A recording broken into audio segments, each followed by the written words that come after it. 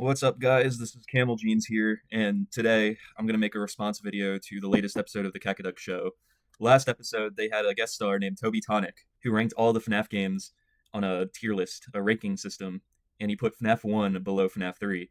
And in today's episode, I got a shout out in an episode, and TobiTonic responds by doubling down on his points. So I'm going to put him in his place. I'm going to tell him that he's wrong, because he is wrong. He's just fundamentally wrong. And this is not like a joke video. I'm being very serious. I take FNAF games very seriously. FNAF 3 is the worst, one of the worst games. I think Sister Location is the worst one, but FNAF 3 is on the bottom lower tier. FNAF 1 would actually probably be the best one, so it's kind of insane. I feel like he did this to kind of rage bait me to make this video, and kind of worked. I'm kind of a little upset, so I'm just going to make this video, see where it goes. I don't know. So I'm going to play the video. I'm going to play the clip. What's up? Kakaduck show. Oh, it's Kakaduck show? It's time for the Kakaduck show. Oh. Interview round 2.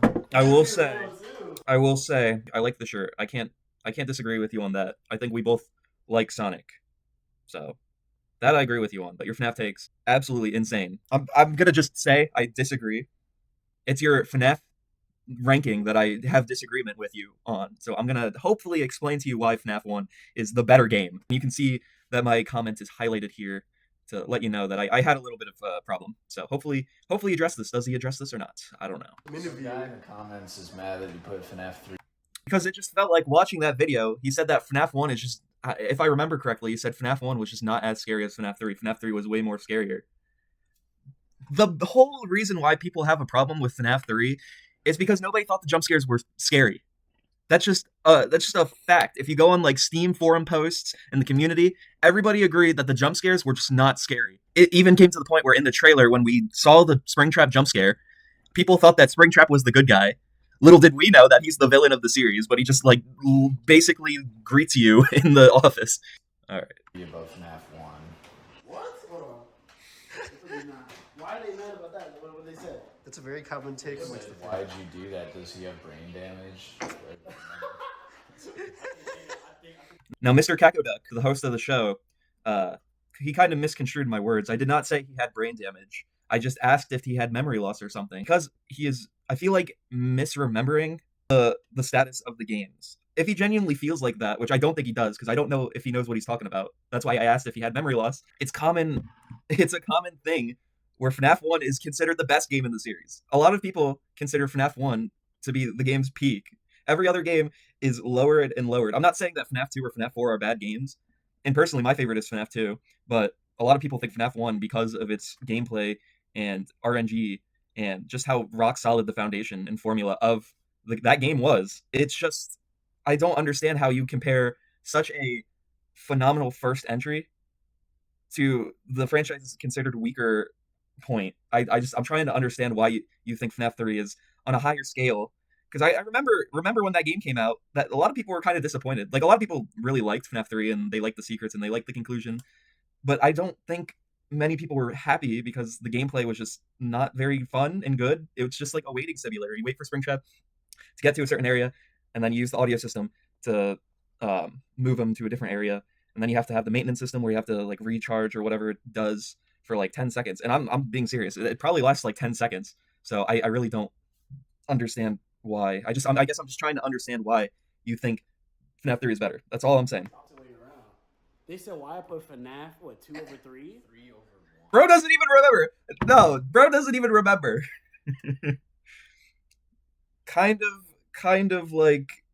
just proved my memory loss, bro. Bro doesn't even know what he's saying. He doesn't hold true to his opinion. I'm sorry. Crazy. That's crazy. Okay, I'm sorry. I'm being a little too mean. I want to hear what he probably just doesn't remember the interview. I mean, that was like, probably the interview was done like 2 weeks ago.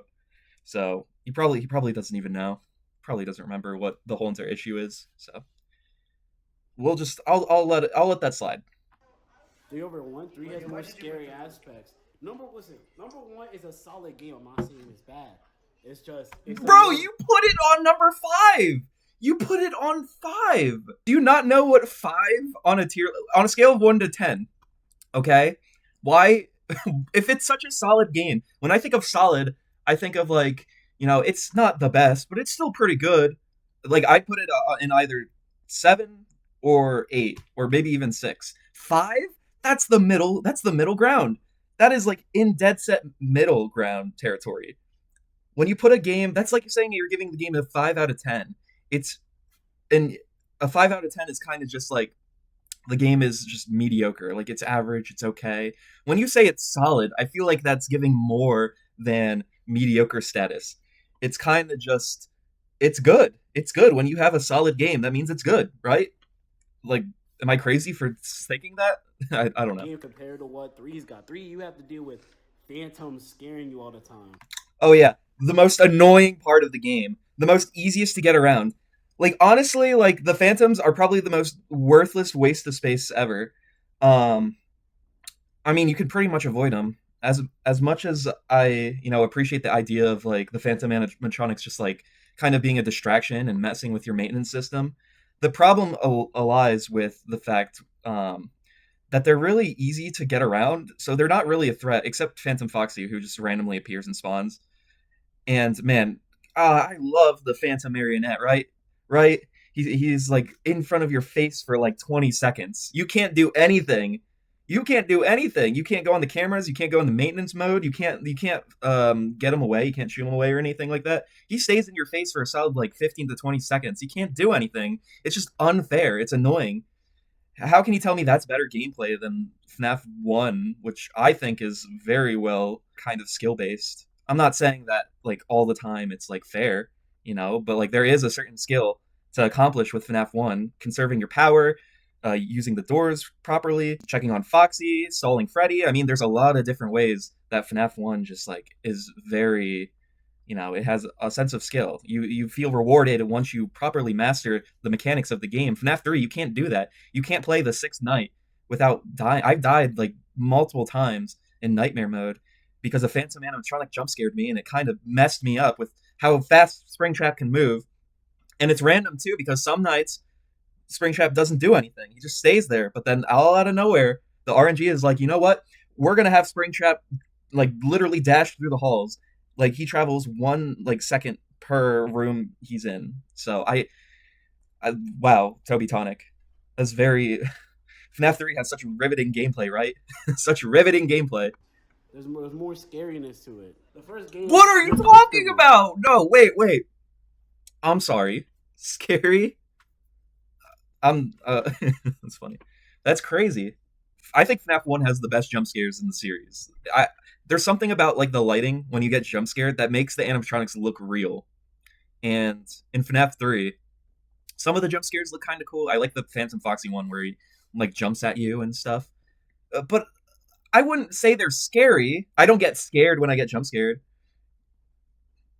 I'm sorry. Let me rephrase that.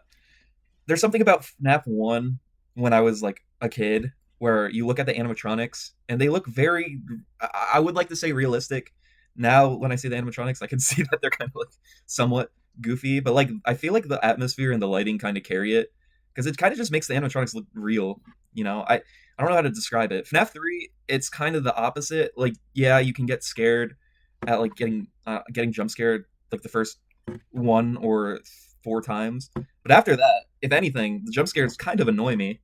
When in FNAF 1, when I get jump scared, I feel the tension building. I feel like if I screw up, then I have that sense of like, oh man, if I screw up here, oh, I don't know, it's gonna be over. I have to take in consideration and what I'm so distracted by multiple things, and then just out of nowhere, a jump scare happens. So it does truly come out of nowhere, unless you really messed up and the Bonnie and Chica jam up your light and door buttons. You got the Foxy jump scare, which can come out of nowhere if you don't think about it. You got the Freddy jump scare if you don't like watch him carefully. That happens out of nowhere. I feel like when the game builds up tension like that, and then it releases the jump scare, it kind of like that is very scary to me. Whereas in FNAF 3, the tension is that will the game let me win the night or will it mess me up? That's the main worry. It's like if Springtrap's RNG is like really easy, like he just stays in like 2 rooms or whatever, or he's like super duper slow so I can manage to catch him, then the night is pretty much over. The night is pretty much done. When Springtrap's RNG is completely balls to the walls, like unfair, like he travels room to room in the span of 1 second, and then he gets to your office or he gets into the vents. Like I've had times where he goes in the vents and I hear the vents, so I'm like, oh, I gotta close it. But as soon as I go on the camera, he crawls through the vents. It doesn't let me have time to do anything. It doesn't give me time to close the vents.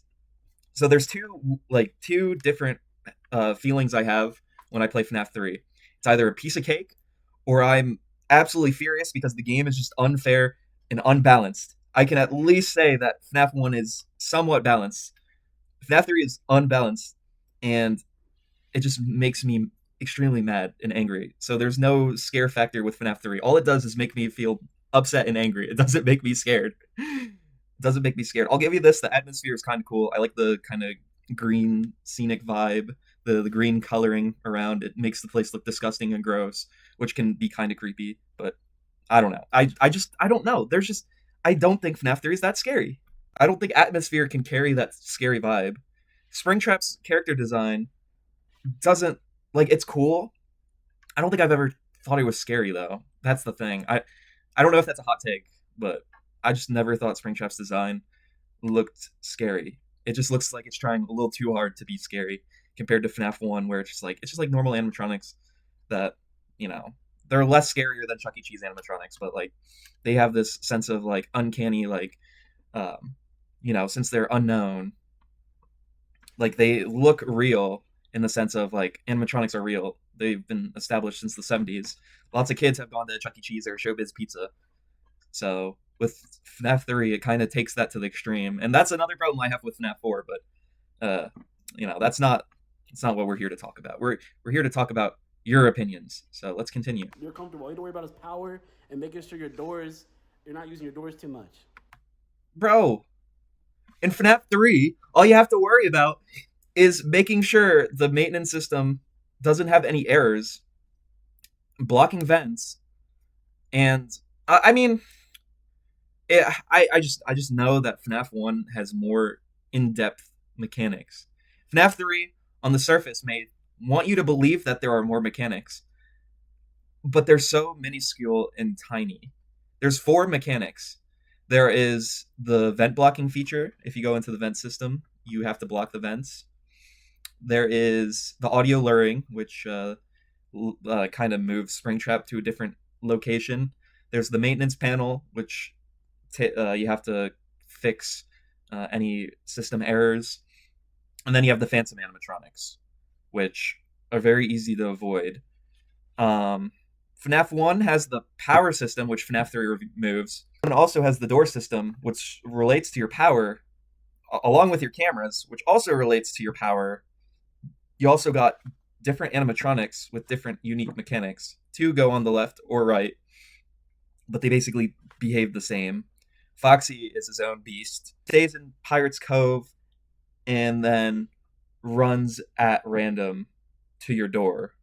And you have to pay attention to that. And then you have Freddy, who goes on the right side, but he behaves completely differently to Bonnie and Chica. I think that's pretty much it. I don't know. To me, I feel like FNAF 1, because it has more animatronics, I feel like it has more depth. When Springtrap and the Phantoms can be avoided in their own ways. Most of the time, you just have to click off the camera. But I don't know. That's just me. I don't know. Maybe FNAF 3 has more depth. I don't know. The third game, you have to you're sitting there. There's no protection. You don't have no doors. All you have is an audio system, and you have to fix every single thing. If you don't, you die. The third one's got more mechanics. So who's got brain damage now, huh? You just named one mechanic. You just named one mechanic in a feature that the game doesn't have in that they removed from FNAF 1, which they also did for FNAF 2 as well. So I don't get your point with saying that honestly, it removed the doors. Wouldn't that just remove a mechanic, Doesn't it have less features for removing the doors? I'm trying to understand where that logic is. FNAF 3 has no doors. FNAF 1 has doors. Oh yeah, removing doors is more of a mechanic than having the doors. What are you talking about? More mechanics. So who's got brain damage now, huh? Bro's saying I have brain damage. Dude, you literally said that removing doors adds more is a mechanic. Removing the doors is a mechanic. What are you on? What are you talking about? You're not. You're in the comment section. Oh man. Oh man. Listen, TobiTonic, I do not have brain damage. I am just a person that wants to reason with other people, and you have given me no reason why FNAF 3 is better than FNAF 1. I've debunked all your arguments, all your points. I am very passionate about the Five Nights at Freddy's series. I have a 4K Five Nights at Freddy's Blu-ray. I have the Silver Eyes book that I got in 2015, actually 2016, and I got the Twisted ones that were released in 2017. So who? I am the best. I know my source material better than you do, at the very least. Let's go on and hear more reasons why he thinks FNAF 3 is better than 1. Is this a valid crash out? Oh, right. He doesn't have any more reasons. Okay. So, yeah, that's gonna... Oh man. So, let's see why FNAF 3 is better than 1. Number 1. It has no doors. It adds the mechanic of having no doors. I guess that means that FNAF 1 having doors and having a system where you can block out the animatronics and the doors also revolving around your power, the way you use them and everything. I guess that needs to be scrapped. That is not a mechanic. Having no doors, now that's a mechanic. The maintenance panel, having to solve all the system errors, having to wait 15 to 20 seconds. Maybe I'm over-exaggerating, but I just remember it taking so long. I just remember it taking forever. That's a great mechanic. And what else? The phantoms, they scare you. Bro, you can avoid them very easily by just clicking off the camera. It is not hard. It is not hard to avoid the animatronics. I mean, the phantoms. So, and they honestly kind of just make it worse because you get jump scared and then you have to go to the maintenance panel and wait another 10 seconds to fix the maintenance panel. And if all your errors, if there are all system errors, if I remember, ventilation, audio, and camera, and you reboot all, it takes even longer. It takes like 20 to 25 seconds. It takes a very long time. Man, I love waiting for the system to fix the errors. Man, I love waiting in my game. And also, the game is just overall a waiting game. It is a waiting game. You have to wait for Springtrap to move to room and wait for him to go into the vents.